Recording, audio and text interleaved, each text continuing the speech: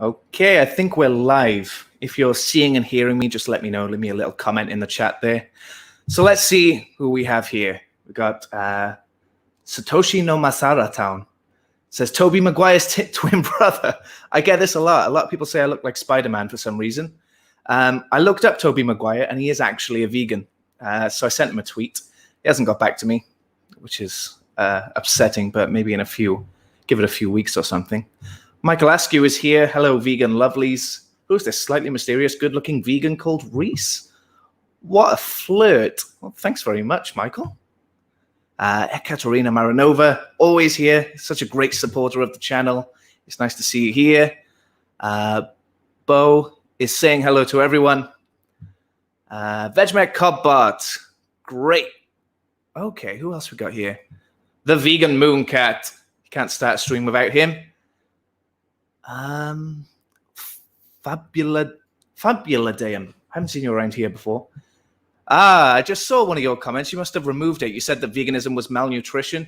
I think that's a very interesting take, and I would be worried if you had some science on your side there, mate. One of my guests is, or at least was, a nutritionist for a very long time. Vegan nutrition is his world, and just looking at him is an argument in itself. Who else we got here? Just taking a look through. Okay, I think... Hey, Sherry's here too. Good to see you. Dorizzo. I don't know if I pronounced your name there right, but it's nice to have you here. And Chris Grant is here too. Excellent. The whole gang is coming together. Okay, there was a bit of lag, but it seems to have stopped now. Okay, so what are we going to do today? We're going to discuss whether vegans are wrong to push their views on non-vegans. Does doing so make you an extremist? Or is it more extreme to systematically murder 2.7 trillion animals? It's a tough one, to say the least. If people are willing to put their defenses down, it becomes obvious that veganism is the more moral choice. After all, animals don't want to die, and we don't need to eat animals to be healthy or happy. So why are we doing it? Many people are on board with veganism and what it stands for, but their actions don't seem to line up. So why is veganism the minority? That's what I want to discuss. And how can we best convince non-vegans to leave animal exploitation out of their lives?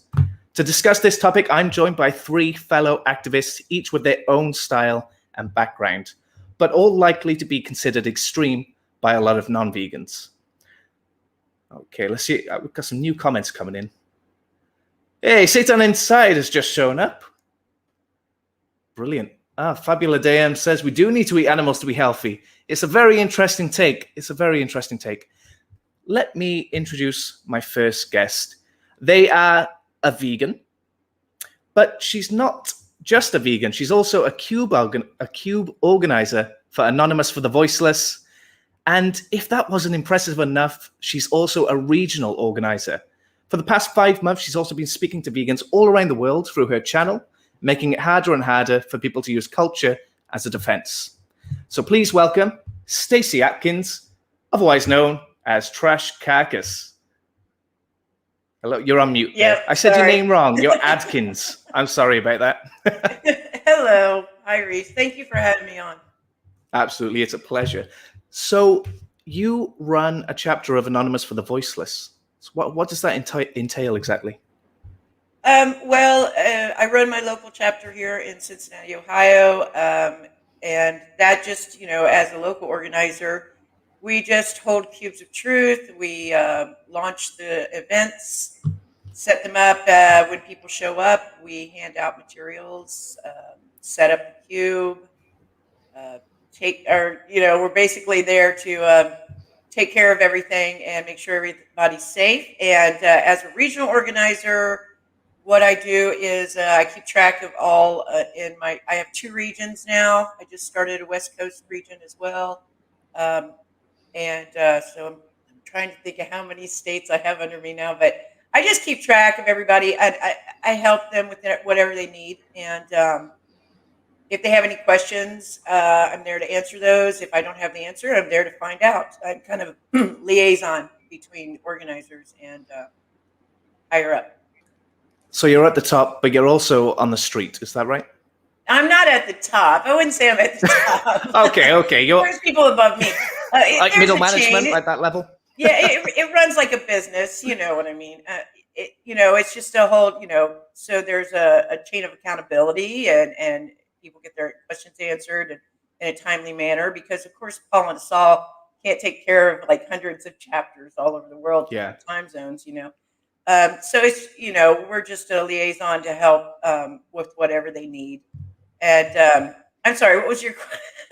You said, and you're also on the streets, right? Yeah, I do my local chapter as well. There's some people that are organizers for more than one chapter. Unfortunately, I'm so busy with what I do. I'm busy enough that I can't really do that. I can't travel too much with my profession as well as I take care of dogs. So I have 6 dogs in my house right now. So my birthday weekend was like 13. So yeah, 13 dogs. Yeah, that's the most I've ever had in my house. But I can't really travel a lot. But some people, they organize more than one chapter and they'll travel to cities near them and help out there too. So. Okay. Well, we'll talk a little bit more about your experiences later on. Okay. I want to know how people react to Anonymous for the Voiceless and that kind of thing. But I will bring on our second guest. I found my next guest when I saw him on one of Channel 4's videos debating a butcher on the ethics of veganism. Stacy, have you got the YouTube tab open there? No, I don't. But if you need me to put my earphones in, I will. Yeah, please. Sorry. Despite being a vegan, my next guest absolutely slaughtered his opponent's arguments during the conversation. I'm really excited to see what he has to say on today's topic. So let's give it up for Chuko Cribb. Hello. There he is. Thank you. Thank you very much for having me. It's great to have you. So watching you, I could see that you've been at this for a long time. But I've never seen your other activism. So I was sort of wondering, what do you get up to? Yeah, so I mean, technically, I'm probably one of the most unqualified activists at the moment. I've only done a very little bit, and that was sort of the first segment. But I like to think in my day-to-day life, I've got a lot of practice in, especially with met with a lot of conflicts with my family and friends, as a lot of vegans have done. So I thought, and I've always really engaged with sort of the philosophical side of kind of rebuttaling carnist arguments. So I think the practice was always leading up to then. It was just sort of, I was given that opportunity and I could execute, and I sort of just did it in a style I just felt most comfortable with. And so it seemed to have worked out. I sort of knew sort of the rebuttals off by heart, and I've, got inspiration from other activists. I sort of just mixed it with my personality, you could say, which is deemed by a lot of people as quite radical. Sure. And I think a lot of the people watching right now, they've seen you on Channel 4. Was it edited honestly, would you say? Does that make sense? Yeah. Well, actually, the conversation, I mean, the clip you saw was only, 5 minutes long, but the conversation was, good 2.5 hours.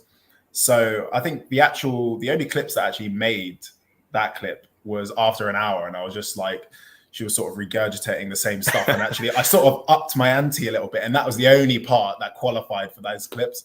But it wasn't edited bad. I think a lot of things were out of context in some aspect, but I think it missed a lot of sort of the Socratic method I deployed in sort of the first half, where I was actually staying a lot more calm. I was asking a lot more questions. But when you've heard protein though for like the 10th time, you just get a bit annoyed. So again, I'm still learning, but overall it was edited okay. But regardless of how it was edited, I think sort of the response was always predetermined, just in virtue of being vegan, I did read a lot of the comments on Facebook and on YouTube, and even though there's a lot of defensive arguments being used, I could see a lot of people understanding what you were saying and clicking, and there were further arguments happening in the comments. So who knows, from you being in that video, how many vegans did you make that day? Like, you can't count it. It's true. I mean, my aim was even if I got like one individual to at least change their mind or just, thought provoke them, I thought that was total worth my time. And I did actually get a lot of people who said as a result of that, they were thinking about going vegan. So in my eyes, the slaughter was definitely justified in this in this context. So yeah, it was really good, really positive response, and I sort of expected that. I mean, if you just, in virtue of just having the proportionate to vegans there are to meat eaters, in terms of the response you'd get, I always expected like a 1% positive response anyway. Yeah. So I was totally prepared for that, and I did it regardless. But yeah. Bo says that your opponent, let's say, was humanely slaughtered. That's good. I'd like to think so. Okay, let me bring on my third and final guest. They are a walking advertisement for veganism. He focuses a lot on the dietary aspect of veganism, reassuring people who want to go vegan but are worried about their nutrition. However, he's far from a stranger to the ethical side. He is, in fact, an ethical vegan, and he will call out others for perpetuating animal abuse. I'm very, very pleased to have this guy on. It is, of course, Paul Kerton, a.k.a. Hench Herbivore. How are you doing? Thanks for having me, Rhys. Absolutely, mate. So how long have you been active for now? That's a good question. I kind of went whole foods plant-based for my health, and it was really 2 years in before I discovered really like the ethical argument. I just didn't know, and then I'd say maybe 6. Yeah, so maybe it was 3 years. After a couple of years, I saw the ethical side. One day I was in the gym. Someone said, "You look like a hench herbivore." I thought that's a good advertisement, and I thought I've killed. I was responsible for so many animal deaths when I didn't know better.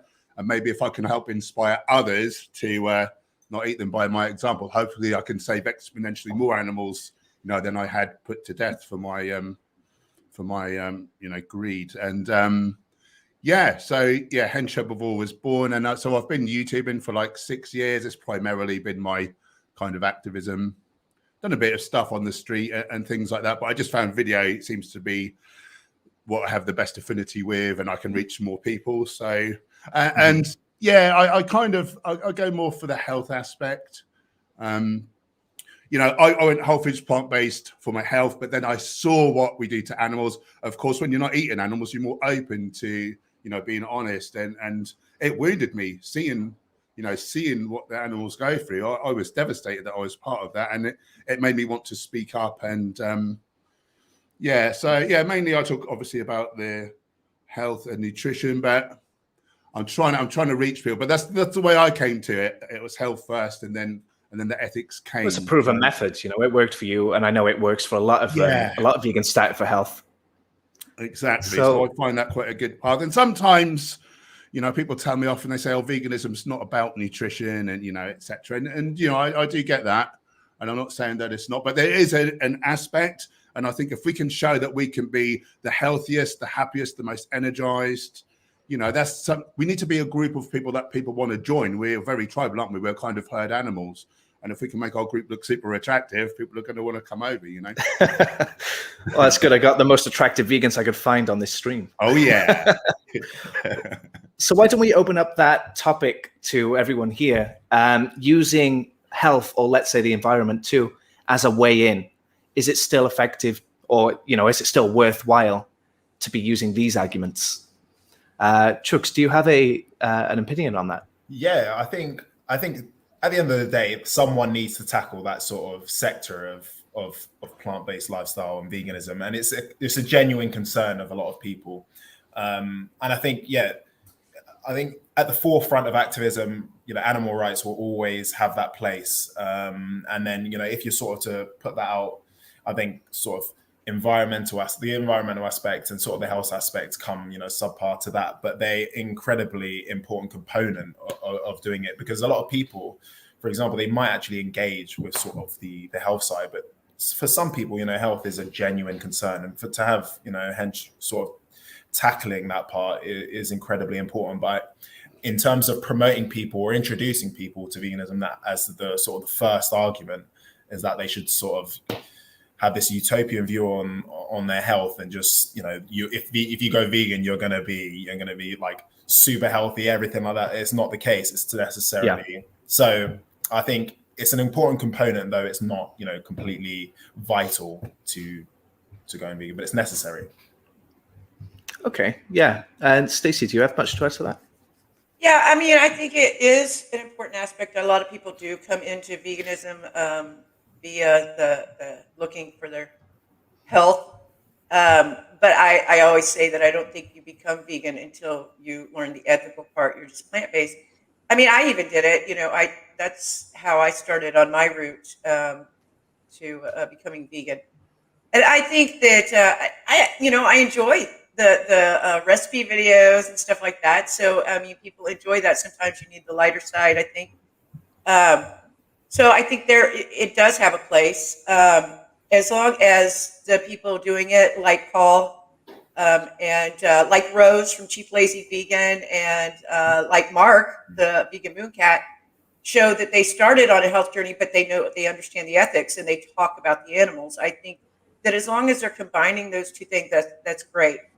Because you see far too many people that raw food is, first of all, they're not necessarily vegan anyway. But a lot of people get the idea that they are. And I know this from being in the raw food community in the beginning. And that's kind of how I fell out, is because I realized I was becoming an ethical vegan, and I realized they weren't. And that's how you see so many of these people dropping out and becoming so-called ex-vegans, is because they made it all about their diet. And you see a lot of,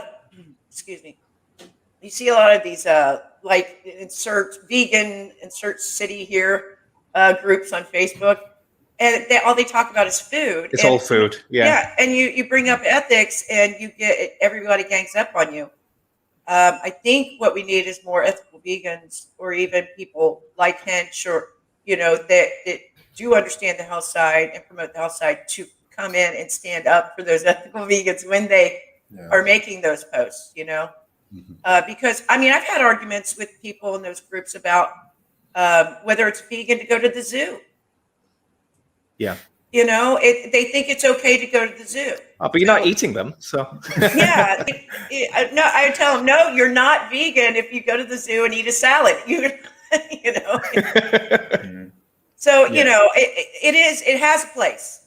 I enjoy them. I have a lot of channels that I watch, that I follow, that have to do with vegan recipes. It is a decision that we have to make 3 times a day, usually. So it is an important aspect, but I think that it's important people like Hench and others that also talk about the ethics. Yeah, just to add to that as well, is that I think it's important that people understand that you only need to be at least as healthy as a meat eater to convince them that, and then all their concerns are sort of done with. I think that's probably the most I would do on health. I argue less about it now because, well, number one, there's people who just know vastly more than me.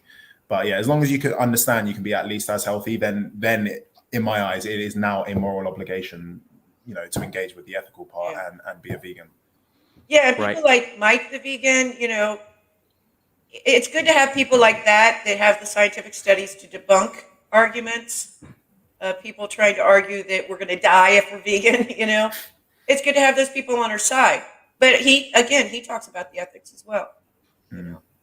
So it's a serious concern. A lot of people really do believe that having some kind of plant-based diet isn't going to be healthy for you. I had someone today tell me there was no iron on a vegan diet. People believe it. It's not like they're trying to be obtuse or anything. They really do believe it. So we really do need people like Hench.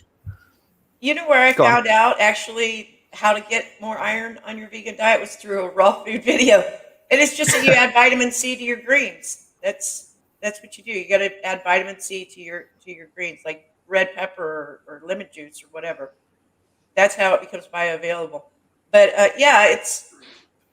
I talked to somebody at a cube one time, and she told me she could not be vegan because she tried it, but she is anemic. And I said, "Are you still anemic?" And she's like, "Yeah." And I was like, "Well, how's that working out for you then?" I mean, obviously meat's not helping that, right?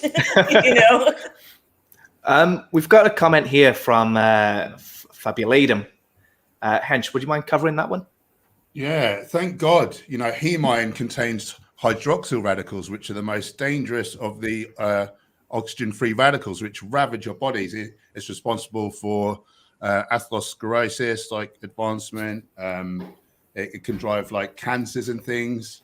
Yeah, you don't want heme iron. Like we can block. I think you can block once you've got enough iron. With plant-based iron, you can block like 80% of any more coming in. With heme iron, it's far less effective. So it's very easy to get a toxic load. It's a double-edged sword. We need adequate. We don't need too much. Whenever I've written a nutrition plan for someone in the past, the smallest person, like on a diet on the least amount of calories, they got 3.5x the amount of iron they needed, but it was plant iron, so it wouldn't have been toxic. So Thank you very much. See, could any of us have answered like that? I would have just been like, no, we do get iron. Just take my word for it. Take our word for it.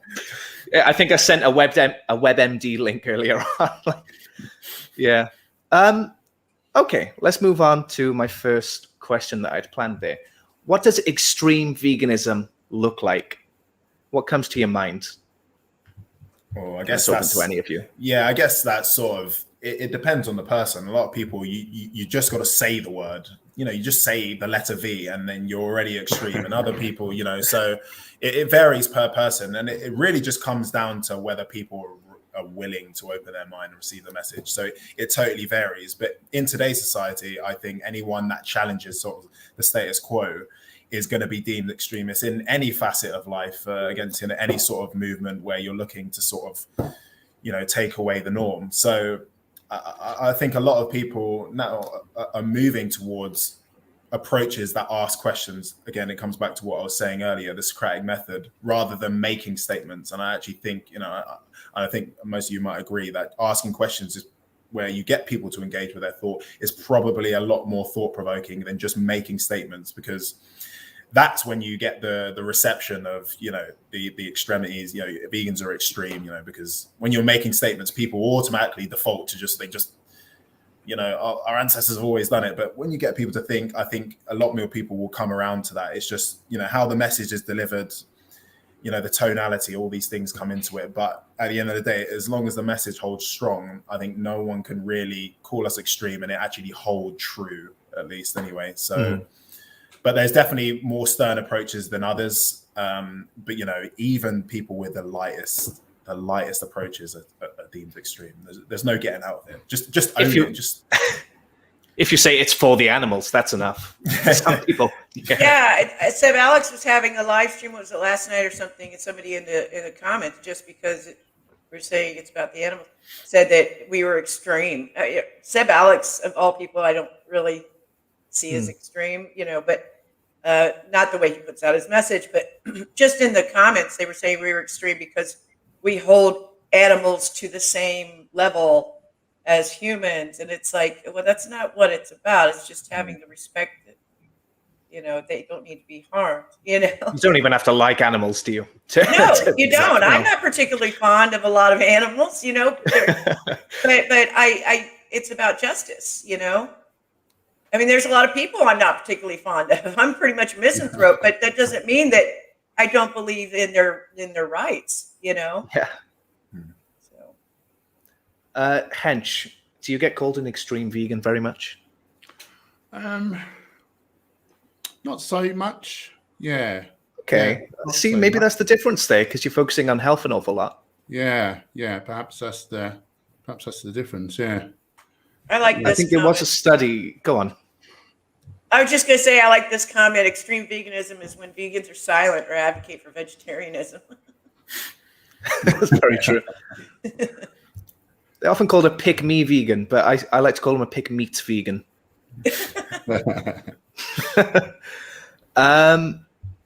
Okay, let's see what the comments are saying here. Animals are on the same level. Sorry, animals are on the same level, Nicholas says. Now, how do you all feel about that one? What level of what? Same level as humans, I think that is. But I mean, but it depends on what you're talking about. Sentience, intelligence, rights. We're not asking for them to have the rights to marry or drive a car or vote. I mean, what do you mean? I mean, that it depends on what they mean by that. They are on the same level as we should have consideration, for the right. I find it funny when people say they're not on the same level of intelligence, therefore, we're allowed to take advantage of them. we don't know that. They might have a totally different type of intelligence. They might have emotional intelligence. They have a sensitivity. Like when there was the big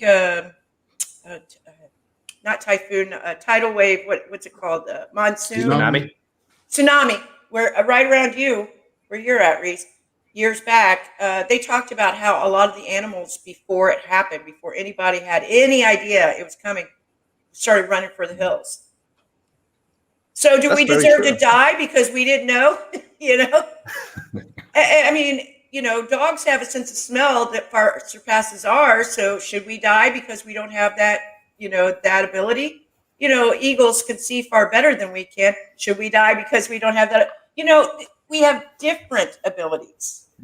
Yeah. Yeah, we're just picking the one that we're good at as the one to judge other animals by. And some people talk about they can't build, buildings and stuff like.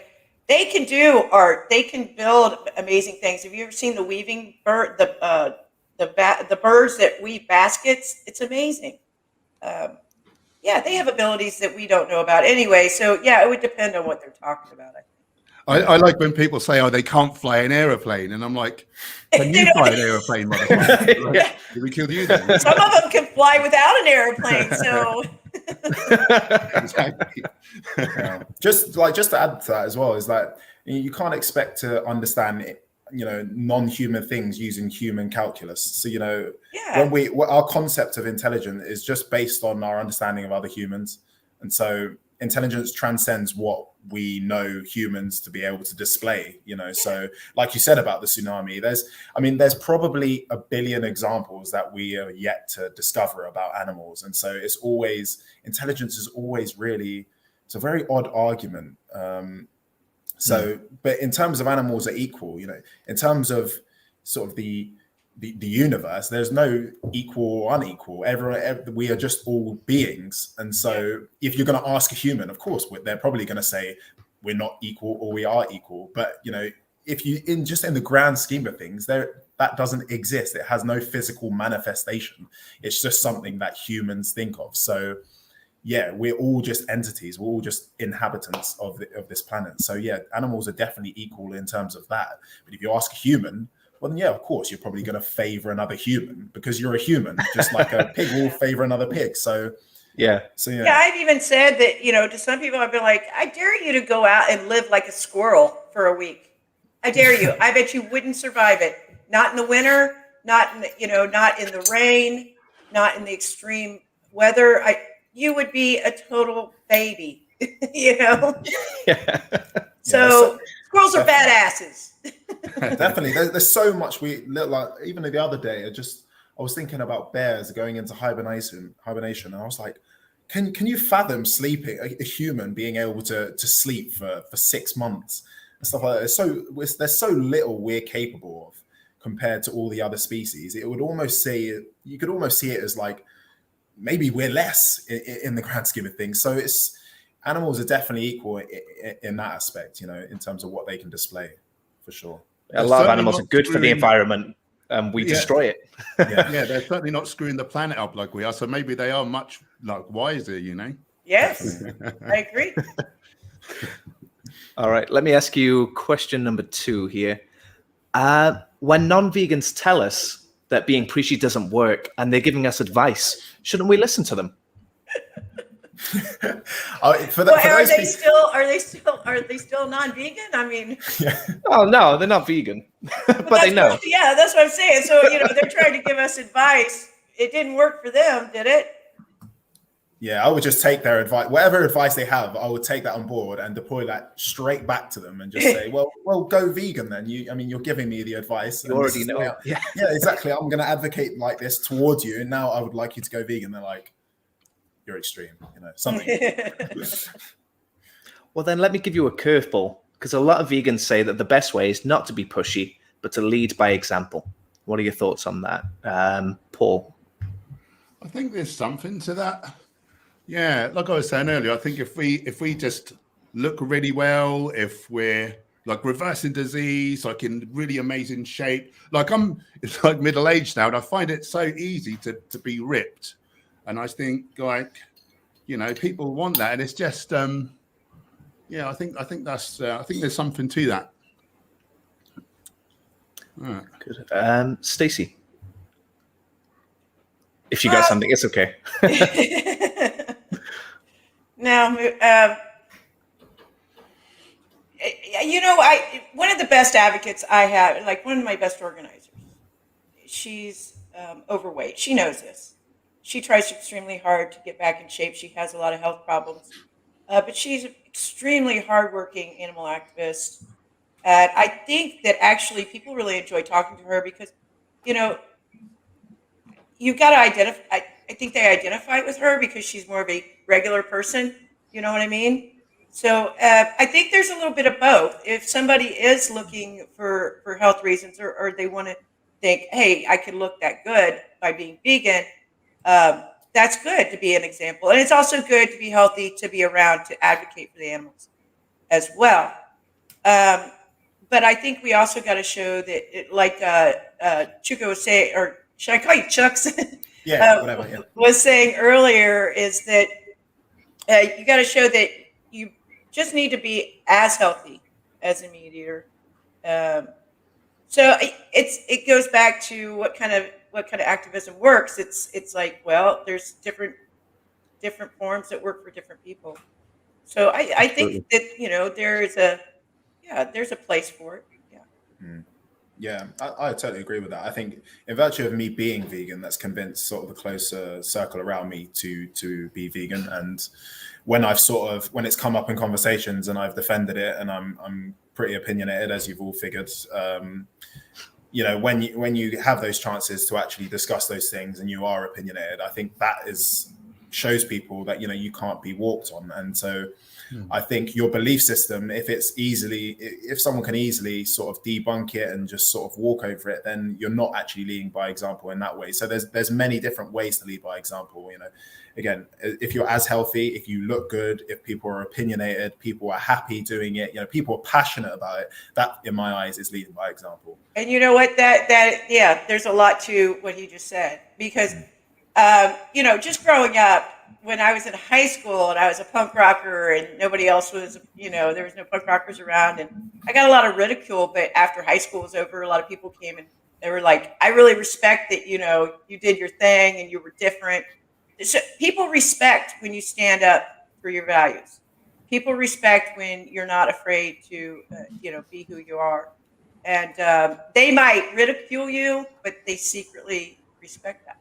So yeah, that is leading by example as well. And when you are talking to your personal circles, do you wait for them to start the conversation, or do you start it? Depends. I think for me in the gym, and I always have like a vegan kind of top on, and people just come up to me all the time, and especially if I visit a new gym, like I'll guarantee at least one person will say, "Wow, are you really vegan? Where do you get your protein?" And I have to remember that there's actually a genuine question, and they're not like that's trying to make me laugh. And I think that's very much something. Race Lever here says, sometimes you have to knock lightly on the door, sometimes you have to kick the door down. Yeah, I think that's a very good metaphor. Situation, yeah. And like you say, Stacey, it depends on the person. Absolutely. So now thinking back to when you first thought about going vegan, was that due to somebody else's activism, or was it sort of your own research?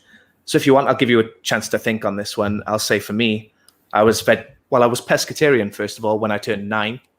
And I think I was sort of Christian back then. I believed that, Jesus ate fish, so it was okay. And then about 2 years later, I fancied a girl who was full vegetarian, and I wanted to impress her, so I gave up the fish. And then I was what I'm going to call like an ethical vegetarian. I did it for the animals then, up until like 2020, honestly. And I thought I was doing it for the animals. I didn't really know that animals were dying for eggs and dairy, but I did know it was wrong to keep them in these conditions. So I was buying my free range eggs and stuff, So then I'm joining all these vegan subreddits and stuff because I am interested in veganism. I always said I was sort of vegan at heart. And I joined Vegan Circle Jerk. And on there, people absolutely rip into vegetarians, calling them animal abusers and saying they're not pulling their weight, basically. And I was just honest with myself. It was only me, looking at a computer screen. They don't know me. I was honest with myself, and I was like, you know what, you're right. I learned about what happens for eggs and dairy. I was like, you're right. I had no reason to keep eating these things. 2020, I lived in the UK. It's like the easiest country in the world to be vegan. I had no excuse, so I gave in. So that was due to activism, but that was really preachy vegans, really like militant and mean vegans made me vegan. Yeah. Some people need that for sure. I know I definitely needed someone who has a really strong belief system, and sort of the way it was really weird how I went vegan. So the first instance I even thought of the word vegan. So actually, Vegan Gains actually made I don't know if you've seen his Worst of the Fitness Industry sort of series. He had like an old series back in the day where he'd criticize a lot of current like fitness YouTubers for promoting, bad diets and stuff like that. And it was very health centered. I remember he made a video about my favorite YouTuber at the time, who was Chris Jones. He was like Physiques of Greatness. This is when I was first getting in the gym and stuff like that.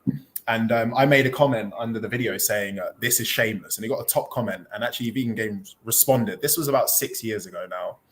And we had a little back and forth, and obviously I was saying the same thing as we've always eaten meat, and we're all healthy, la la la. And funny enough, he actually told me to go and die of heart disease on the last comment, and so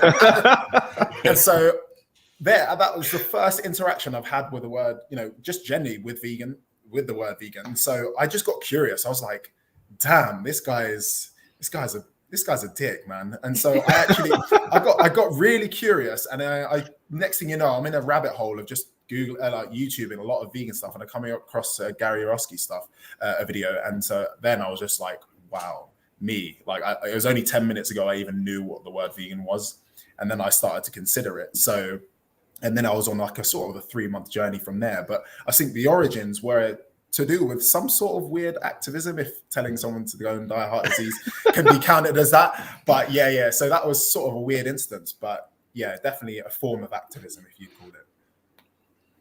So it's playing a risk, though, I think, but it paid off. Yeah. Stacy, did any activists have a part in you going vegan? Well, I guess you could say they did. It would have been in the Humane Society. They opened the door, that is. But that, like 15 years ago, I just really gotten on the internet, and we still had MySpace. And but and I still checked my emails, which I don't have time for now. And in those emails, I happened to get something about, I guess I had gotten emails because I like dogs, and I work with shelter dogs, but I got something about the seal hunt that I didn't know about, and at that time I didn't make the connection, but I did make the connection to boycott Canadian, seafood, and I didn't quite make so. That opened the door, but the rest was me having to, because back then you didn't have it just in your face like you have it now. I actually did have to do the research on my own. And some of it in the beginning was just stumbling upon it, looking for health resources and coming across people who were talking about the ethical aspect of it. So I guess that is their activism that steered me on that side of the path. So it was your curiosity that helped you. Yeah. I wanted to know more.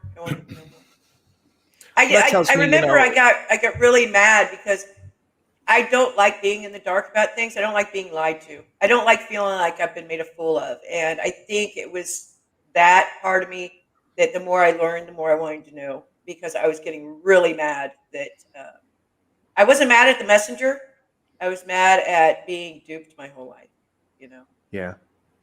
And that, your story tells us how important it is to be putting all of this information online and making videos and, whatever it is, writing an article or getting on Channel 4 or whatever it is, just having that information out there just so people stumble across it. So a lot of the time, that is how you learn new things. Yeah, that's how I even landed that Channel 4 thing, actually. Is like over the years on Facebook, I've been an absolute, what people would call very pushy vegan and sharing a lot of posts. And so the reason I got that as a friend from uni, who I haven't talked to in like 8 years, mind you, has obviously been seeing sort of the opinions I've been sharing, picked up on that and recommended me for this thing. And so it does pay dividends in weird ways. But I think reading some of the comments, being pushy is just, it's just a way of people sort of not having to address the responsibility they need to take to go vegan and just saying that's what you are. So I think, yeah. So you could be like Stacy and not shoot the messenger and listen to the message. Or, a lot of people don't take it that way, I guess. Yeah.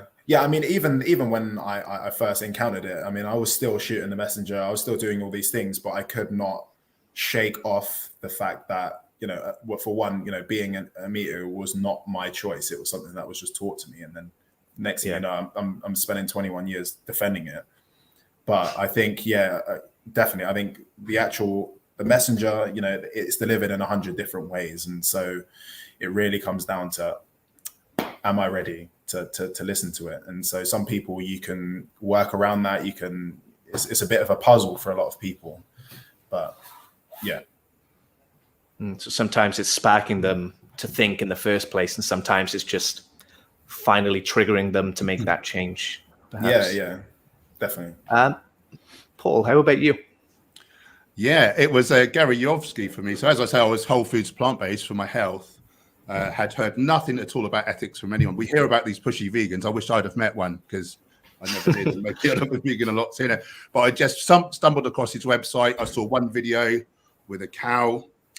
She was outside the slaughterhouse. They had these really high metal fences, really narrow, so she couldn't turn.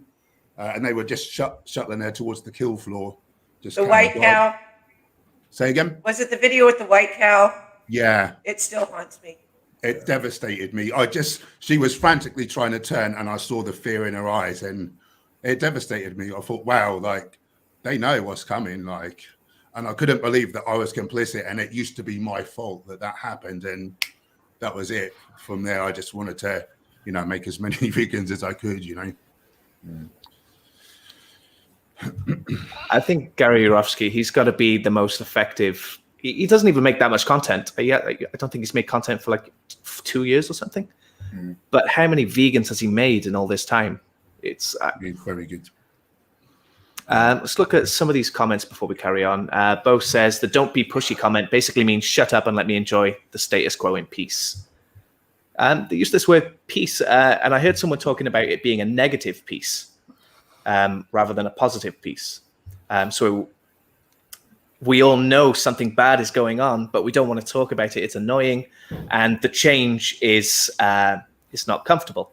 We all want to be in that positive peace, but we don't want to be the people to change into that. Is what I heard. Race Lever says you're living in the wrong world at the wrong time if you don't like being deceived. Bo says, same here, Stacy. It makes me so sad to see the extent of how everyone is being lied to. Okay. 40-year-old vegan says, you extremists, all of you, how dare you stand up for baby chickens? By the way, your interview with him, I watched it the other day. It was one of the best interviews I've heard in a long time. So. Oh, thanks very much. He has such an amazing story. For those who don't know, he was a slaughterhouse inspector, so he's got a very unique take on all this. He knows that this isn't just propaganda. He's seen it all himself. Definitely give that a listen and have a look at his channel too.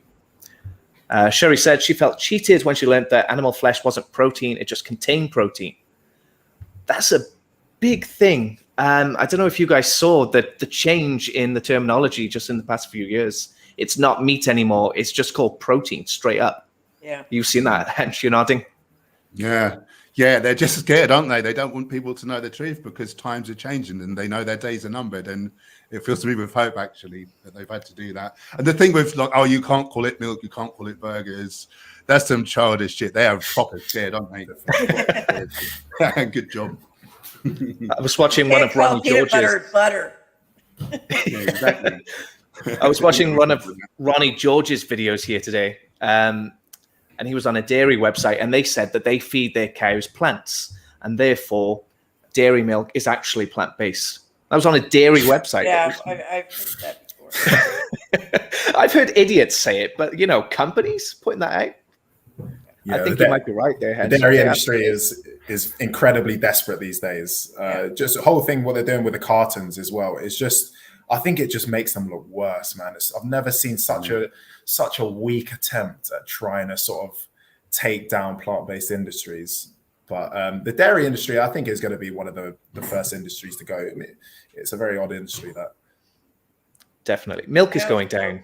I hope dairy industry is the first, because I even say, like, I don't like baby steps, but if people are going to do the cutting out thing, they should do dairy first.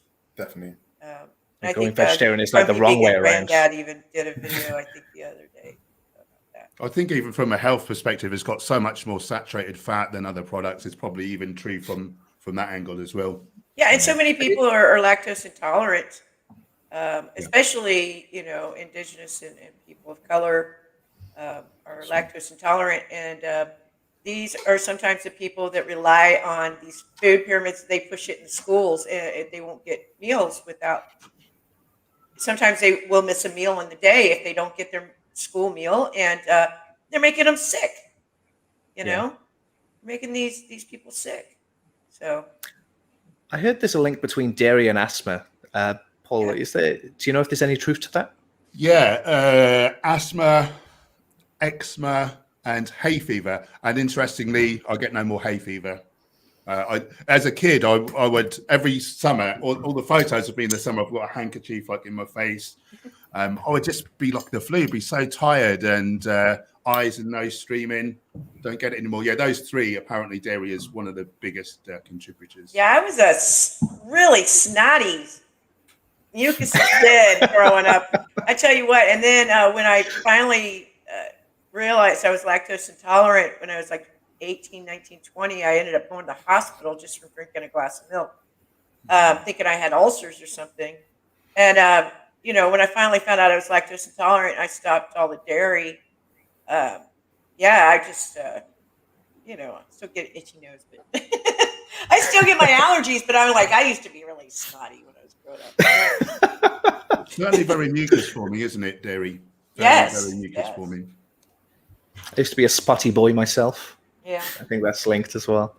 Oh yeah, something like 80% of acne is reckoned to be driven by dairy. There's one particular hormone, which is alien. You know, it's a bovine hormone that humans shouldn't have, and it causes 80% dairy, and it's responsible for some kind of cancer as well. I've forgotten which one now, but it's. I mean, you don't want it in your body. It's not all hormones. It's alien hormones to us.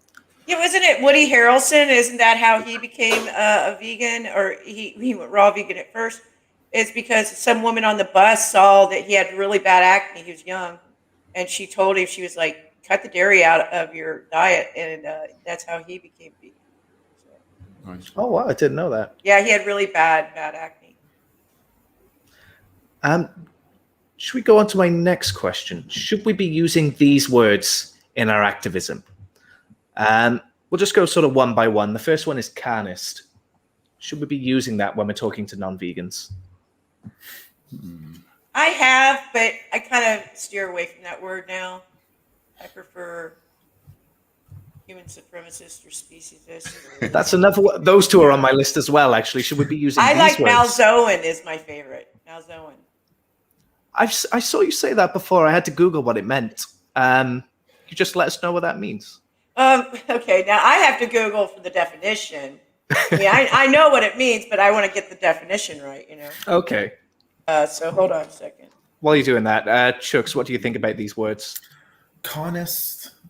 Yeah, I don't really have a strong opinion on that, to be honest. It depends on who I'm talking to. Sometimes I'll put my hands up and I say I can refer to them quite in derogatory manner. Like gammon is a sort of a word that some of my friends and I use now, like gammons, like for meat eaters. But like it really depends on, you know what I mean? So I think carnist, I think we're put into this box when vegans shouldn't. We're just people who don't kill animals, just like people who don't murder humans are not, you know, labeled anything. We've got this label, so I don't think there's any problem to give them their label. And sort of they use all these terms to not actually address what they're doing, like pork and all these things. And I think it's good, like you know, labeling them, you know, saying human supremacists, or, you know, these words that actually help them connect to what they're actually, the act they're actually doing. But Carnist, yeah, I would definitely support that word, because that, even just that word will open up a dialogue and like, why are you calling me a carnist? And then you can be like, well, I'm vegan and you're the opposite. And so, yeah, I think it can be helpful. There's definitely other terms, which I'm sure we'll get onto, which can be less helpful maybe, or they can just be used as an opportunity for someone to change the dialogue onto the word you're using as, oh, that's too provocative, you know. Though I do agree with a lot of the premise of some of these words like Holocaust and stuff like that. I think they hold true, but I think they can almost in some context just be used as a gateway, as being like, oh, well, you use that word and they just want to ignore your message. So I think, yeah, there's good words, and then there's less effective words, you know. I tend to ask people, what would you call it? And they tend to say the words rape, Holocaust, stuff like that. I don't really, I'm not against using those words, those terms, like in social media and stuff like that when I'm making a post. But when I'm actually having a conversation with somebody, I just explain what's going on, and I say, what would you call that if that happened to humans? Or where have we done that before? And they say the words, and they have no problem with it. By the way, that I put it in the private chat. I put the definition because I couldn't find out how to put it in the comments while you guys were talking. Okay, so a Malzoan is a person who condones, promotes, or actively engages in non-human animal exploitation, enslavement, rape, torture, murder, consumption, or commodification. So I think it's literally a synonym of carnist. Would you agree with that? Yeah, I think so. I like the term better though. Even though I like the movie Carnism, though. That was a really good movie. Wasn't it called Carnism?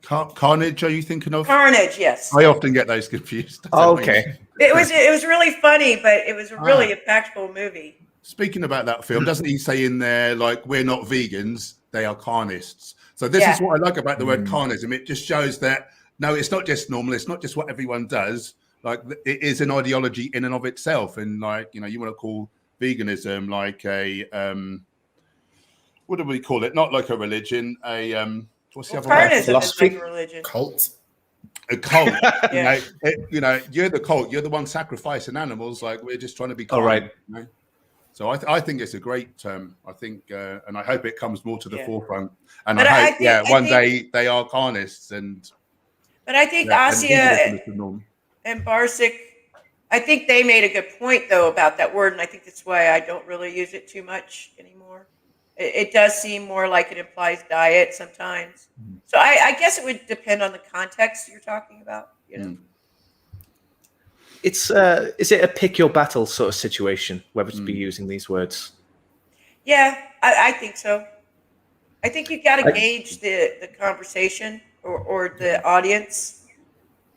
Yeah, I have got mixed feelings on this one, and that's why I wanted to ask the question, really, because I think using specialized words that people will, non-vegans will think of as these words vegans use, just others us in a way. It makes us weird. It makes us religious cults and so on. But then on the other hand, saying, would you agree this is rape, this is a Holocaust and so on? Like you say, it opens up that conversation. And if somebody's being honest with themselves and taking you seriously, this is hard to argue with. Shall I give you your next word? What's that? Oh, yeah.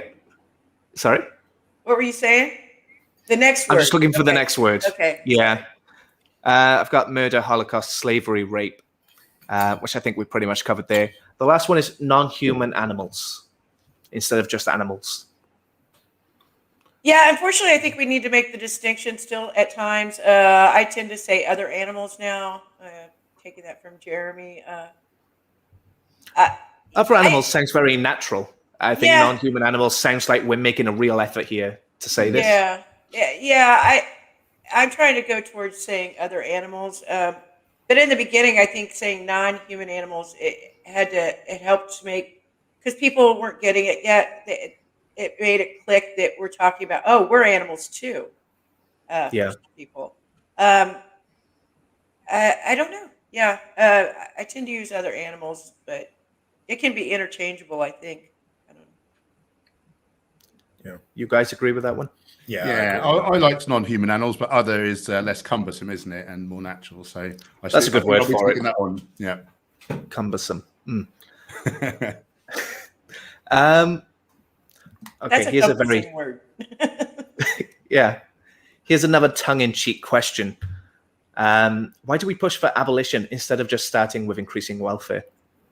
Because it's not about making their lives nicer. It's about leaving them the fuck alone. Well Very put. succinct, yeah. Nothing to add. And besides, we have all kinds of welfareism.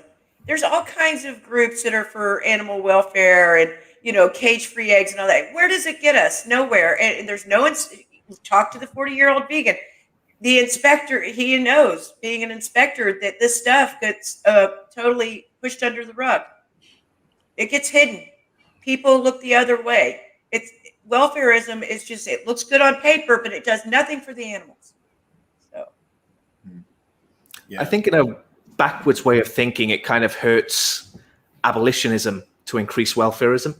yeah. And that's a very awkward thing to be saying, but I think that is true. No, it makes people complacent and comfortable.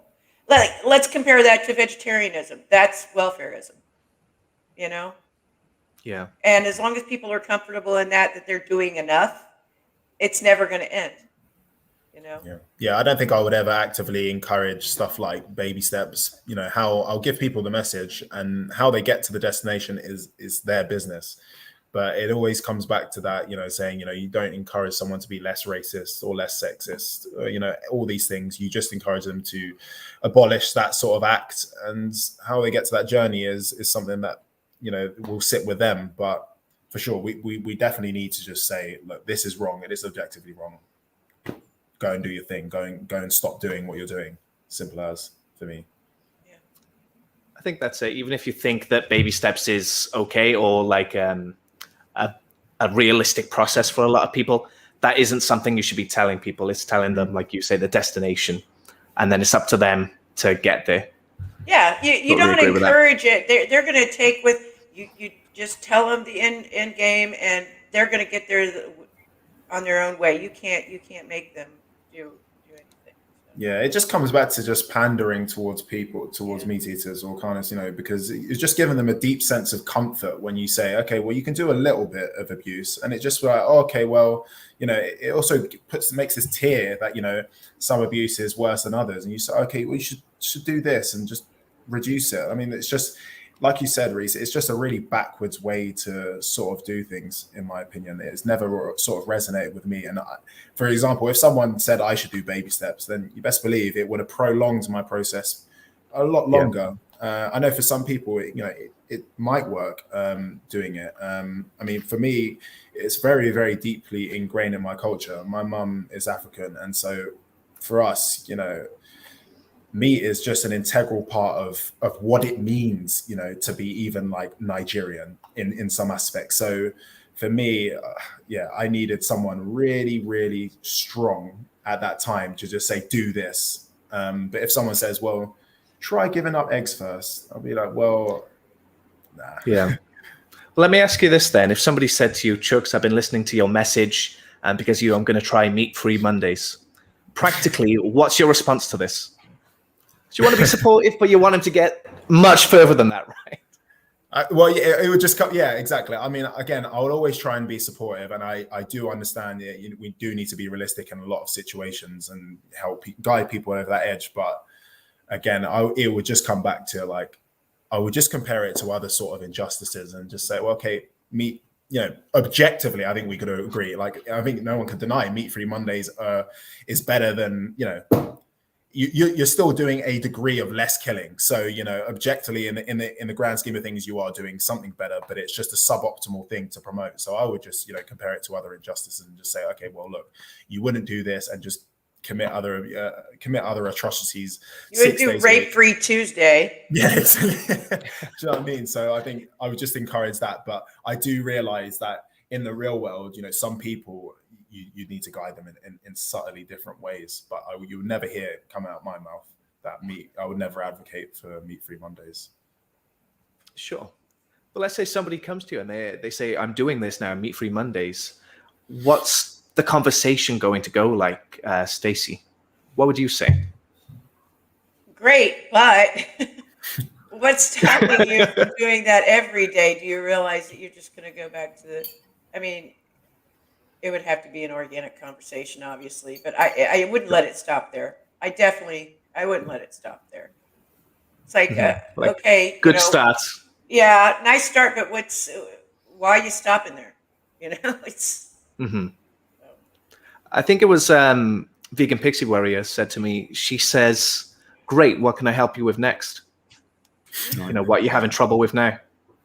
Yeah, it would be basically like that. That's what I meant by organic. It would just, have to be like, what's stopping you from going, continuing this? What about Tuesday? What about the rest of the week?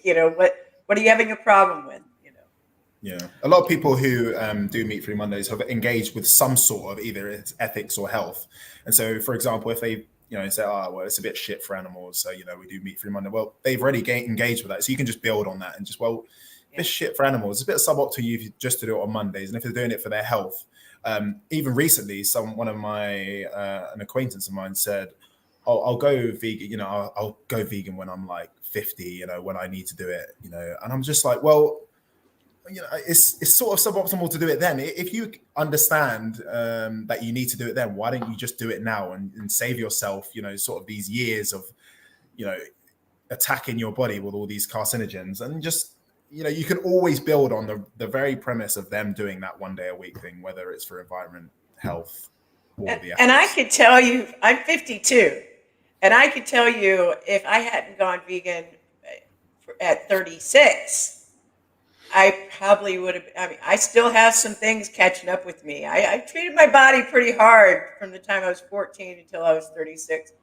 And it's catching up with me, even though I have a vegan diet. Thank God. I probably would have been a lot worse off if I hadn't become vegan at 36. If they're going to wait till 50, it may be too late. So. As your basics say that veganism is a baby step in itself. What's your opinion on that? Is going vegan enough? Hench, we haven't heard from you in a little while. What do you think? What did that vegan couple used to say? It's not the best we can do, it's the least we can do. And it is a start, but there's so many offshoots, to do with environmentalism and everything. And I think I need a bit more time to formulate some more thoughts. That's all right. Move on for a second, and some more might come to me. Sure. I like to say that veganism is the neutral position. You're not putting more harm in the world, but you're not really solving any of it either. So you can't really call it a good thing. It's okay. Yeah. People often say that they're saving so many animals now. And I'm like, well, you're not saving any. So to save, you actually need to become Save it from yourself. You're just not a murdering mofo anymore. Well, we don't pat people on the back for not murdering other people. Exactly. Chucks, you got anything to say on that one? No, yeah, I'll just echo what they're saying. Yeah, I think it's no real opinion on that. So. No worries. Okay. Let's go to what you're doing then, Stacy, Anonymous for the Voiceless. Is it acceptable to show slaughterhouse footage on the street? Well, my opinion is absolutely. It has an impact. I just recently spoke with Dash, who's an organizer in Uganda, and he finds anybody I talk to, they find it very impactful, and he even finds it impactful in the small rural areas that he goes to, because it brings interest, it brings conversation, it's right there in their face, and they can't deny it. And I've even said that even if we don't create vegans, we create vegan activists.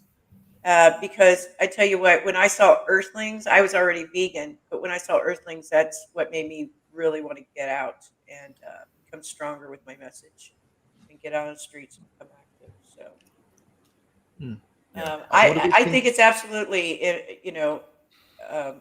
a good idea to use those images. Yeah, I don't really know what an alternative is. Is putting it on the internet and getting people to watch it when it's convenient for them.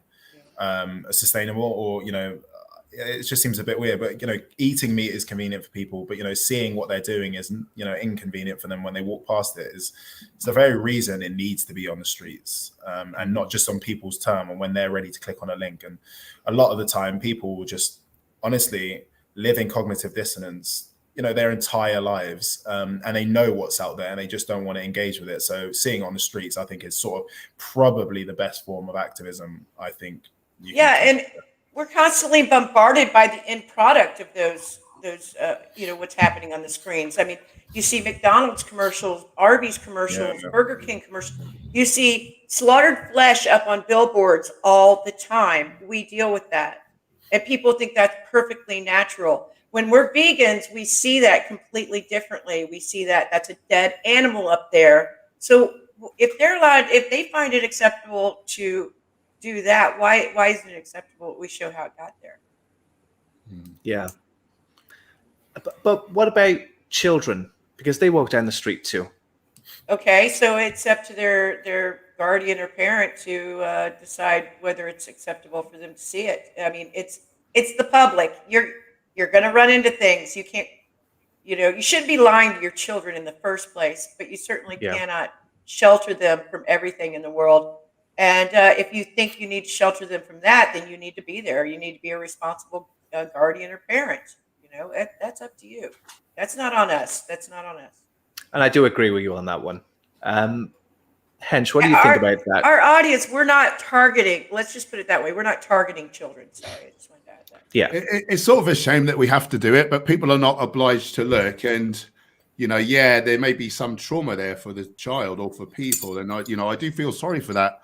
But there's a damn sight more trauma for the animals that they're paying to have that happen to. And as Chuks was saying earlier, if it's good enough for our stomachs, it should be good enough for our eyes. And if we really have a problem with that images being there, perhaps we shouldn't be paying for it to happen in the first place. Yeah, absolutely. And also we need to touch on the trauma it causes to people when they've unwillingly, been put into this system where it's so normalized. Like, I mean, as a kid, I was always pretty caring about my friends and stuff like that. And when I really engaged with the issue of veganism, I was traumatized myself a little bit as well. So if that sort of process happened early on, I could have probably avoided all the anguish I had to feel later on when I'm discovering as an adult, I'm doing all these things. And that's why I see a lot for the, especially the older generation, when their belief system are deeper and longer to inset, it's really hard for a lot of people to change their mind when, they're, 50, 60, 70, 80, all those things. So I think if they can engage with these things and, take that earlier on, they're more likely to be happy longer term anyway. Yeah. And I'd be honest with you. I don't get that. Children don't have that bad of a reaction to it, really. I've seen children be very open to what they're watching, because they're completely innocent. There's no blood on their hands yet. They haven't made the decisions. I think it hits us harder when we get older. And I think the parents or the adults become angry, mainly because it's bringing out their own guilt, because they should be aware of this. And yet they're the ones with the blood on their hands and pushing it on their children. So they're just lashing out of guilt. That, we're showing this to their kid. Well, the kids don't, a lot of kids are just like, yeah, okay, tell me what's going on. It's the adults that take it harder, I think. Yeah. I teach teenagers, or until recently I taught teenagers, and I can see a clear difference between teenagers and adults in how open-minded people are. And you're right, you become less and less open-minded as you get older, just generally more speaking. defensive because, you're guilty of something. Yeah, you've been doing it for this long, and now you got to back it up. It's in your face. Yeah, I get it. I get why people get angry. Yeah, and then you have to sort of accept everything you've done prior to that is wrong. And a lot of people don't want to do that, especially if it's been in your belief system for 40 years, and you've got to say, well, I'm wrong. That's harder to do the years and years it goes on. These teens that you're teaching, Rhys, and that you're saying that they're open-minded, are you kind of occasionally speaking to veganism specifically? Is that what you said that? No, last time I taught teenagers was before I was vegan, sadly. But, I was still ethical vegetarian that time, so it did come up. Right. And they're more willing to listen, or they're asking, why are you eating this and not, we had like a barbecue or something one time. Why are you eating this different thing? Yeah. And they're open to listening, they want to learn, teenagers. Yeah, it's a lot of the time as well that they've had, when you catch them early on, they had actually been tarnished by the opinions or the the debunks we always hear. So if you catch them early on, they actually have to form opinions for the first time about how they feel about animal ethics. And so you'll find that most teens are not really into killing. It's just like when they've engaged, later on in life, they've formed a stronger opinion. So you catch them early on. Definitely, I think that's sort of the best way to go. And it makes sense to them. Like Bo says here, most kids are taught the basics of animal abuse. Don't pull dogs' ears and tails. Don't hurt the cat. So I'm sure a lot of kids would be horrified to learn adults actually abuse animals for food. Is it fair to call people animal abusers if they're not vegan? I think it's kind of fair. I mean, it's slightly incorrect. They're funding animal abuse. And I think when we say that, oftentimes we cause, head bashing and the defenses go up. And I don't think perhaps it helps us oftentimes. Mm-hmm. So that's one thing I'd say. So I think that differentiation is quite important, perhaps. Okay. Just looking for the next question now. Let's talk about Meet the Victims. Are we all familiar with Meet the Victims? Yeah. Awesome. I don't know that I am. Can you just talk me through it? I think I've vaguely heard of it, but I'm not entirely sure. Sure. So Meet the Victims are a group of, maybe Stacy, maybe you know a bit better than I do, but I think, correct me if I'm wrong, Meet the Victims go on to like farmers' property just to film the conditions of what's going on. Yeah, I'm not involved with them. I'd love to be. There's not really anything going on around me, but I have the utmost respect for these people. But yeah, that's pretty much the basics of what they do. They go in and expose what's going on in your nice little family farms, and they just expose it. Nice. And a lot of the activists, or some of them, might steal the animals. So a lot of them are breaking two laws. I know one law is civil trespassing. It's technically, it's not illegal, right, in the UK? Have I got that right? No, I think you're right. Well, I think unless you're breaking, they're feeding the public should be allowed to go on and see what's going on. Yeah, so that's my question really. If we're breaking a law, especially if we're taking an animal, let's say that we're breaking a law there, technically we're stealing property according to the law. Is that like defensible? Can we break laws? I think morality. I guess laws should be broken. That's the motto on their shirts. So. I think morality trumps legality. Do you know what I mean? There's that phrase like we have a moral obligation to become more ethical than the society we grew up in, and we came from caveman times where we bashed each other's heads in and raped each other and whatever. And yeah, I'm all for it, to be honest. I would see the negative sort of aspect, but which is worse, theft or murder? Yeah, I don't think we can rely on sort of the government to be the moral upholders of society. And when we look at the history of when they've done that, it's landed, particularly my ancestors, in 400 years of slavery. So I think, excuse my language, but fuck the law, man, and whatever they're doing is always going to be up to hold the majority. So I think trespassing and all these things are a necessary component, especially to keep veganism somewhat of a talking point. I think all these things doing street activism reach a very small proportion of people, though they are very effective. But the internet, we're living in a digital age where we need to utilize it with controversial news to get people actually thinking about those issues. So yeah, stealing was quite ironic because the theft of their life is probably the biggest way of stealing. Stealing is saving their life. What the farmer's doing is they are actually they're violating a lot of welfare laws, and nobody's holding them accountable. So that's how well your welfare laws work. So and they probably need vet attention. They're probably going to die or suffer and die, if not be killed, if they survive. And stealing these animals are saving their lives. So there's actually, so it's ridiculous because it's the farmer that's the farmer that is actually violating welfare laws. Amen. Yeah. And I do agree with you all. It is ridiculous. Chuck's go on. Yeah, no, I'm of the opinion that even theft is minute to again, I'm not advocating for any form of violence, but when, you know, the government really don't speak in the language of justice, and if they did, it would cease to exist. They speak in the language of, you know, financial toll and loss. And so when these things, we've seen this in the civil rights movements, when financial damage is done, the government listen. And so I think exactly, you know, so because if they did speak justice, we would be in a peaceful society. And so I think veganism could go beyond stealing and cause real financial damage. I'm not advocating for violence, but I think it would just be equally as effective in that way. And it's been useful in the past in other forms of oppression. I think it was yesterday I was reading the suffragettes used to break shop windows just to make some noise and get noticed and talked about. Yeah. What about that? So when it comes to veganism, how do we all feel about, say, butcher shops being vandalized? I think it depends on what you mean by vandalism. If somebody goes up, I mean, and I haven't done any of this, and I'm not going to advocate for illegal activity. Although I'd like to.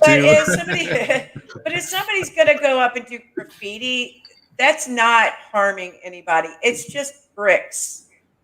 You know, they're killing sentient beings, and this is just brick and mortar that you can paint over.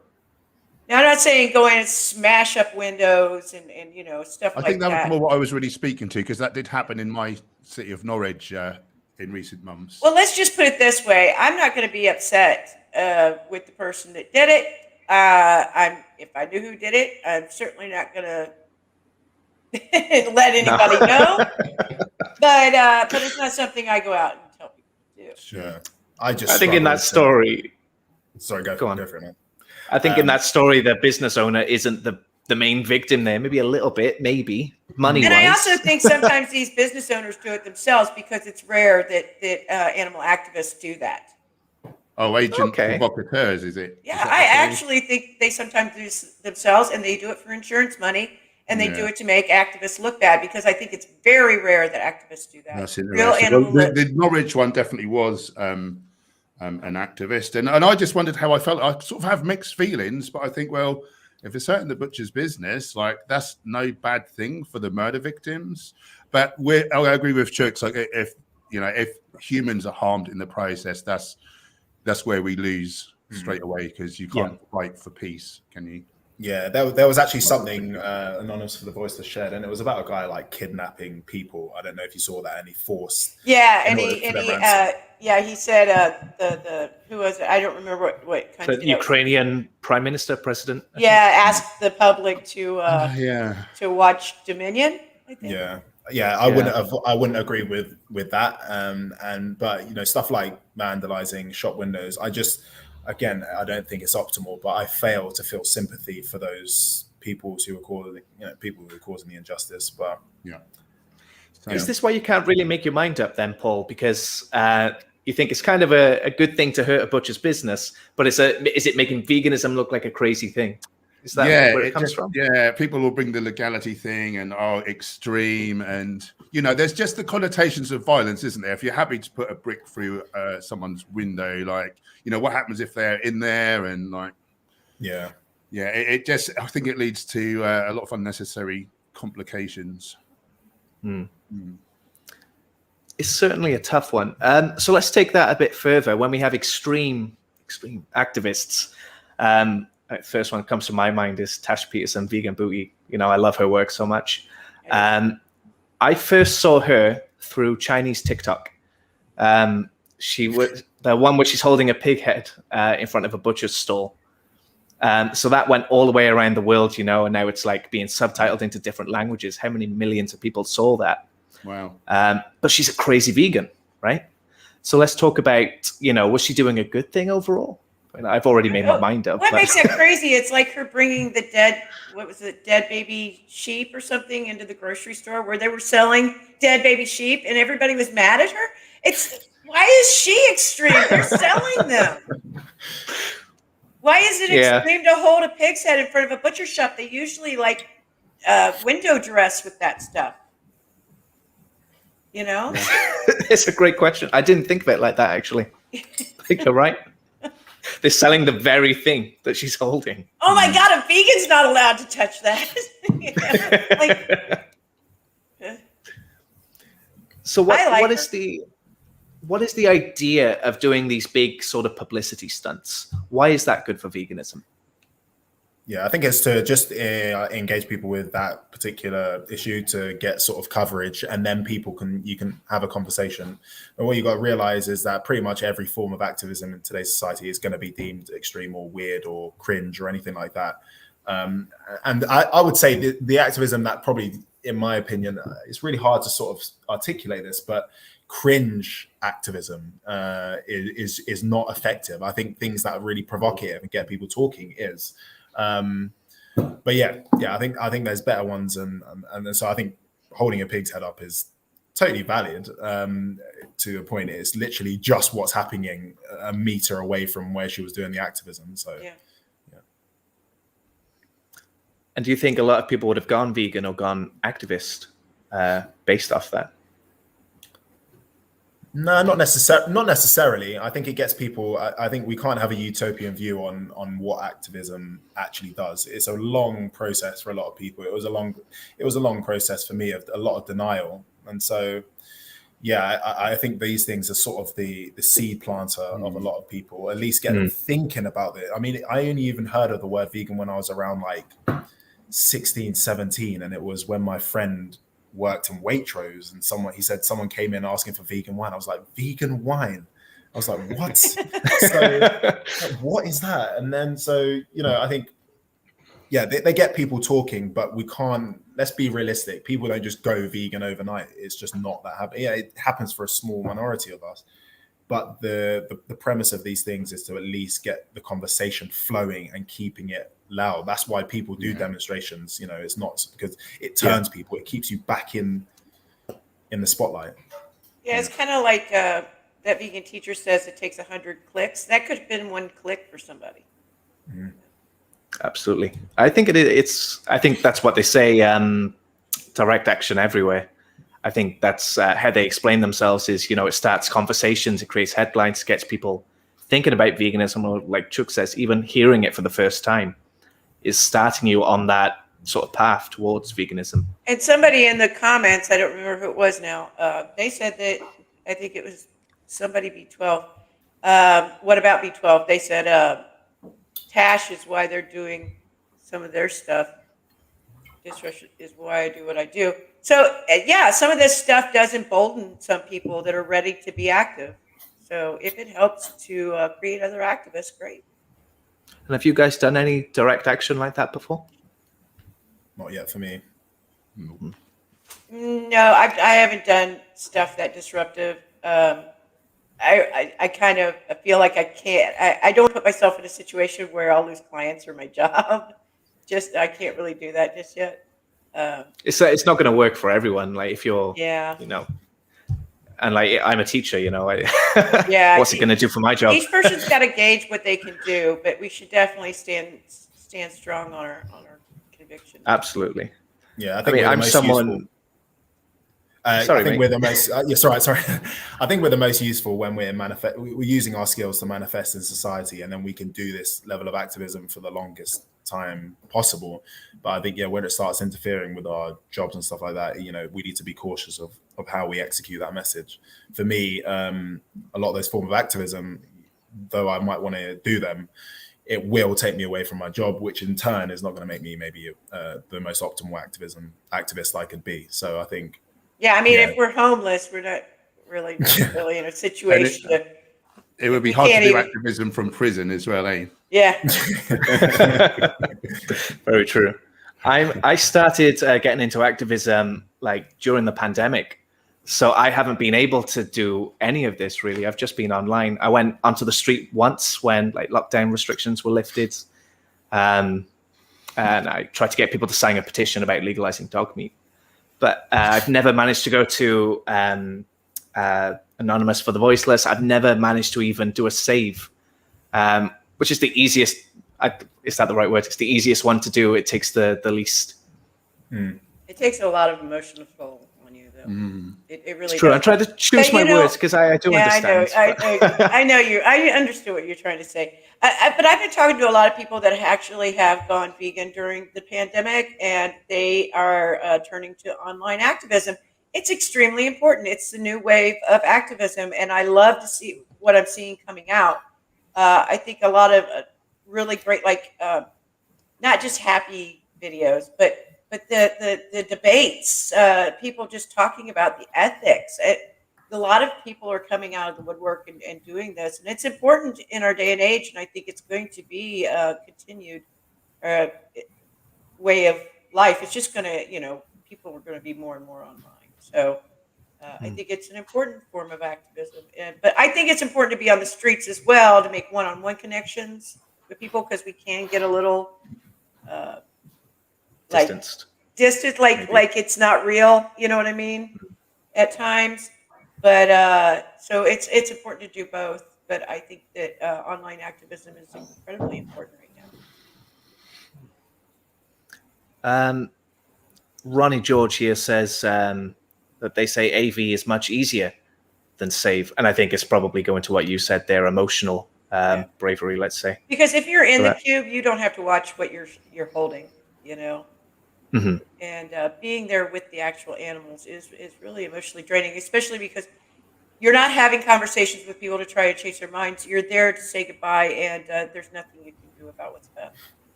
So with AV, at least you're getting kind of feedback, and like you're talking to people to try and create another vegan. And whereas you just feel helpless when you're at a save. Have you all done a save? At least I did one. Yeah, I did one, and I'm glad I did. I said I wasn't going to go because I have so much. I know I seem to have more empathy than a lot, and it really wounds me, and it did wound me. But I was just so pleased I did go, because I just really saw, although obviously I know what's going on, but just to see it firsthand and just have it like really reconfirmed, and it just really lit a fire under my ass. And it was one quite nice moment, really, which it was sort of bittersweet, but I just like locked eyes with this chicken, and I just saw that she was so intelligent and beautiful, and we had a little moment, and then I remembered what's about to happen, and I felt my fist clench, and I wanted to smash the truck, and I just thought, wow, I've really got it. If I can feel that way about a bird, not just a human or a mammal, that was sort of a nice feeling. But I don't think I'd go again. It can make you, if you're that sort of a person, I think it can cause like depression and things. And I think there's that phrase, action is the antidote to despair. So I'll rather focus on the solution, rather than the problem. But I'm so glad I did. I think everyone should do one, maybe. Yeah, I also unless they're in bad mental health to begin with. Yeah, I think it's potentially something that could be useful for me. But I'm, again, like you, Hench, I'm quite emotional. And so that toll will manifest itself in the way I speak to people. So I don't know if it's the best thing for me.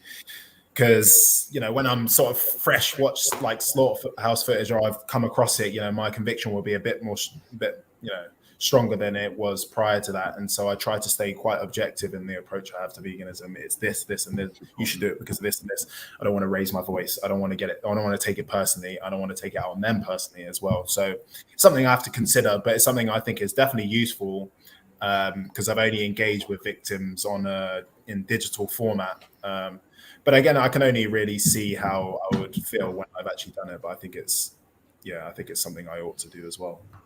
I think it's good for activists that are really good with social media, like posting the live footage on their social media. I'm not particularly good at that. I'm in the moment when I'm doing a cube or a vigil, and I forget to do my social media. Half the time, I forget to post my own videos to social media. But people who are very active at that, that's really a good way to get the message out. I think it's important. Yeah, amen. To be there. So, I'm someone who's really good at. Go on. Just conversely, for me, being says my channel is mostly like health and fitness, I think it could hurt my audience if I'm to show that, people didn't sign up for that, and I could lose half my audience, I think, with one video about slaughterhouse stuff or whatever. So I think you have to kind of pick your approach, because YouTube is just so niche and you can so easily lose your audience. But yeah, Stacy, it is so key that some people are doing it and it's getting out there. And it is changing things, isn't it? More and more people are going vegan because they're seeing the truth now with their own eyes because of people filming it. So yeah, I'm all for it. It's so important. I'm somebody who can compartmentalize when I'm looking at slaughter footage and things. Like I use slaughter footage a lot in my videos, and when I'm editing, I'm very good at switching that part off and just treating it like any other video. I don't know how I do that as a vegan, but I can. But I watch a save video, and I come out of it crying every single time. So if I was there in the moment, I don't think I could compartmentalize like that when it's real right there. Yeah. It's so frustrating that, there's nothing you can do. It just drives you mad. I'll ask you one last question, then we'll go to the audience for some questions. Maybe this one. What do you see a lot of activists do that you feel could be improved on, maybe? Or if that's not a great question, I've got another one I could be asking. I think sorry, after you, Stacey. I was just going to say maybe not critiquing, but really criticizing other activists for what they do. For their form of activism because they don't like it.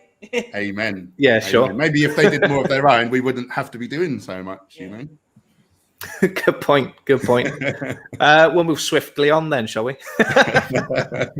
All right. What's your advice to people who might want to get active, but they're not sure where to start? Maybe they're a bit worried.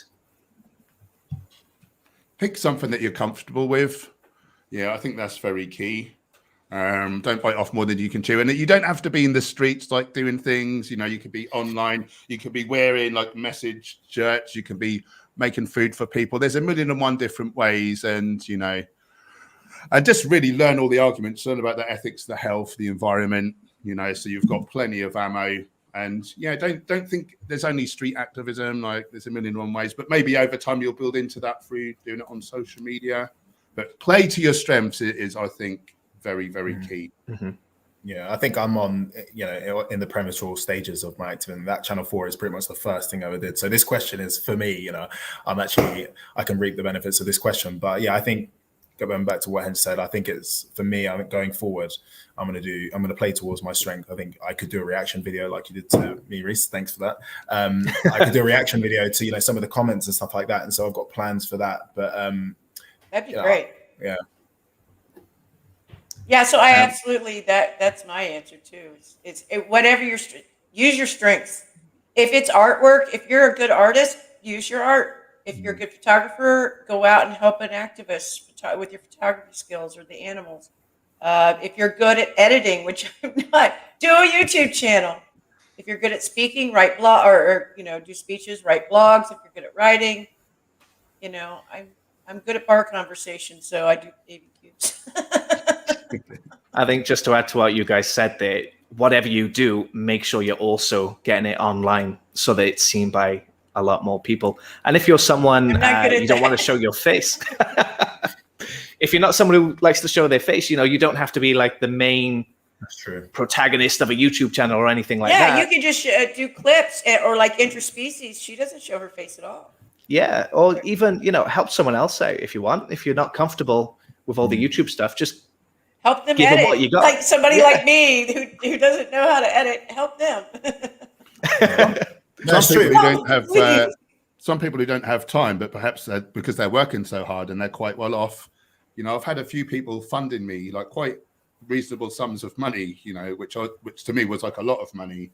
And so there's always something we can be doing, even if perhaps we don't have time to do our own things.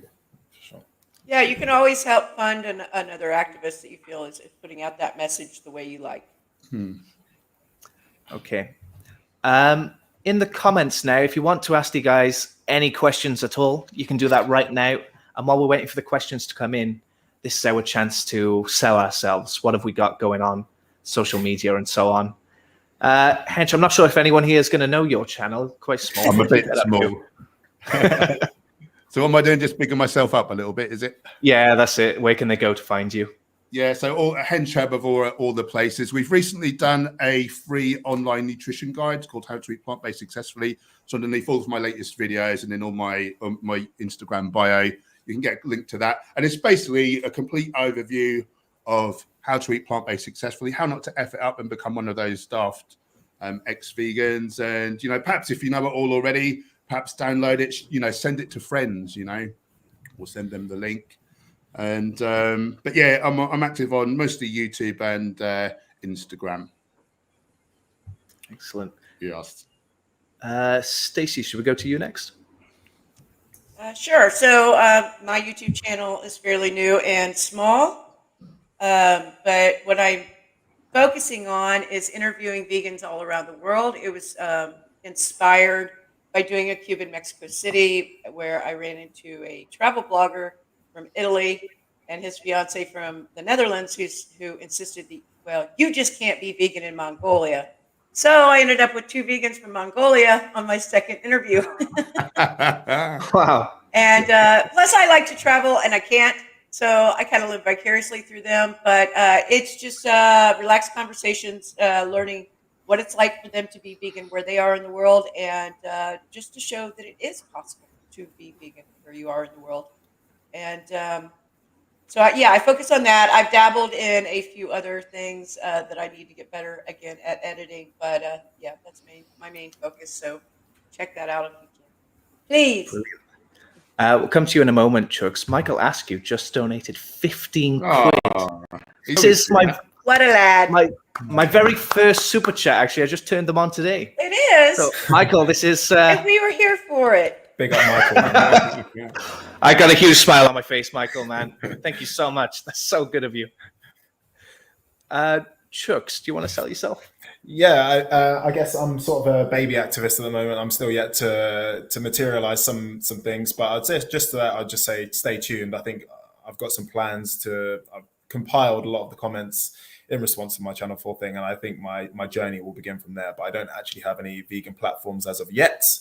I don't even have vegan in my name yet, so I'm gonna come up with a name, and to that I say just stay tuned. I'm sure Rhys will put me up when that time happens. But yeah.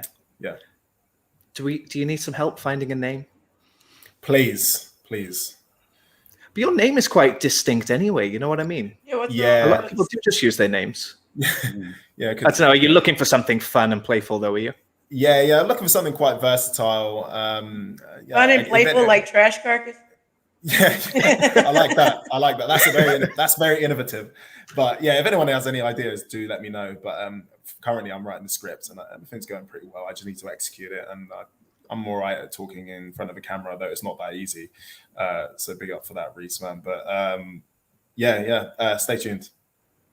Brilliant. I've put everybody's links into the description. I'm going to add a couple more links once the stream is over. So do it now in another tab, or wait until the stream's over. Go down there and make sure you are following all of these lovely, lovely activists. Let's have a look if we have any questions here. I did see one from Grumpy Vegan Grunt that just popped in. Grumpy just gave you 5 more pounds. 20. I was about to make fun of him, but I think I jumped in there and told you. Oh, that's very sweet of you, Grumpy. Thank you so much for that. That's really kind. Oh, he just wants you to mention his live open mic at 5:30. Oh, I take your money back, mate.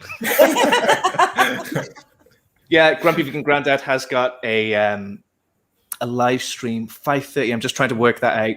Someone in the UK, how far away is that? 22 minutes. 22. Oh, perfect timing. So go have a snack, a drink, or something, and then pop up the Grumpy Vegan Granddad's channel. Brilliant. Question for you all from Bo. All the online activism I hear about is in video format, YouTube, Facebook, TikTok. Do you think written activism like blogs can be effective? I think they still are. I think they're still relevant, and mainly because they can be used as resources when you're arguing with people online. I know I recently just used Alex Hershaft's blog during an argument with a non-vegan. And people still use that as resources. I think writing is definitely important. People still read, believe it or not. I wonder about starting your own blog or trying to submit your blog post to another blog to be posted. What's your opinion on that one, guys? Well, it's good to have an established site for people to see it, and then once you get established, maybe start your own. I'm no expert at this, so I'm just speculating. Yeah, I guess you want like an audience, don't you? Another way to do it would be to script your videos. And then, you got the script for the vlog, then you've got a big YouTube video. Maybe you chop bits up for like TikTok and, like Instagram stories and things. The more places you reach, like the more of an audience, but it just depends how much time you've got to dedicate to it, doesn't it? If you've not got a team. Yeah, there's definitely written form is definitely really powerful. One of the best articles I've read was an article written by the New York Times, and it was regarding sort of how exploitation of animals is stuff that caused the pandemic, and that was articulated so beautifully to the point I had a couple of quotes of my story, and people were like, "What is this article?" And so just do what people work best with for sure. Some people are giving me names in the comments, and these are very entertaining. Choot peas, brilliant. Choot peas is definitely the one. That's pretty good. I love that. That's cool. I think if I had to pick one, I understand that video is much more watched than blogs are read these days. So I would say go for that over the writing. But yeah, certainly a lot of people like to read, don't they? So whatever you're, again, comfortable. And then there's no reason they can't do both then. If you've already written it into a script, you've already got it, Yeah, exactly that. What about B12 says, isn't chuck another word for a chicken? This is news to me, but I like it. I think that's Australian. I have no idea. I think that's Australian. I don't know if that's useful to you, mate, but... Okay, we got a question here from Taint Muslix. Question for the panel. When Seb Alex says that vegans supporting fast food franchises causes more animal harm, is that extreme? So buying the Impossible Burger from Burger King, so on. You're shaking your head, Stacy. Well, I don't know how that's extreme. I don't really understand the context. That being extreme, but that's an opinion, that's all. We did have a big discussion on this about a month ago on my channel, if you want to look that one up. I think it was called something like, should vegans buy from non-vegan companies? I think we didn't really come up with a succinct conclusion on that, but we put out a lot of information so you can make up your own mind on that one. It's not a cut and dry topic. Yeah.